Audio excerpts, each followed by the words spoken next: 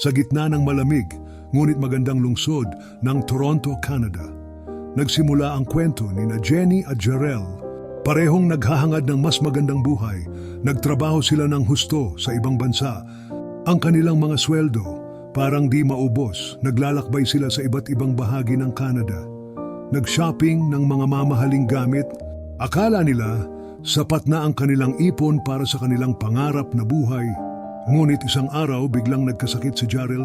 Ang dating masiglang lalaki, naging mahina at nagkaroon ng malubhang karamdaman. Lahat ng kanilang ipon napunta sa pagpapagamot ni Jarrell. Ang mga perang pinadala nila sa kanilang pamilya sa Pilipinas.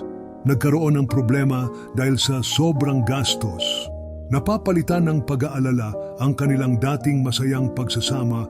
Madalas silang mag-away, nagtatalo dahil sa problema sa pera at sa sakit ni Jarrell. Parang nawala ang kanilang dating pagmamahalan. Sa gitna ng kanilang paghihirap, dumating ang kanilang panganay na anak, isang maliit na anghel na nagdala ng bagong pag-asa at pagmamahal sa kanilang buhay.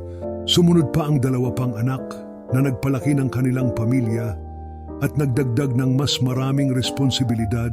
Ngunit dagdag na gastos ang dala ng kanilang mga anak. Mas lalo silang nahirapan. Nang mag-60 anyos na sila, nagdesisyon silang umuwi ng Pilipinas. Ang dating pangarap na buhay sa Canada napalitan ng pagsisikap na magsimula muli sa kanilang sariling bayan. Nahirapan silang mag-adjust.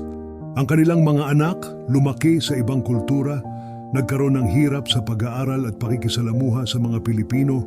Naawa ang kanilang mga kaibigan sa kanilang kalagayan. Napagtanto nila ang kahalagahan ng pag-i-invest, pagnenegosyo, at hindi lang pag-iipon ang dapat nilang pagtuunan ng pansin. Naisip nila na sana nag-invest sila ng property, nagsimula ng negosyo, o naglagak ng pera sa mga investment funds noong nasa Canada pa sila. Sa huli, natuto silang magsimula muli. Naging mas matatag ang kanilang pamilya at mas malakas ang kanilang pagmamahalan. Ang kanilang paghihirap naging aral para sa kanila, isang paalala na ang tunay na kayamanan ay hindi ang pera, kundi ang pamilya at ang pagmamahal.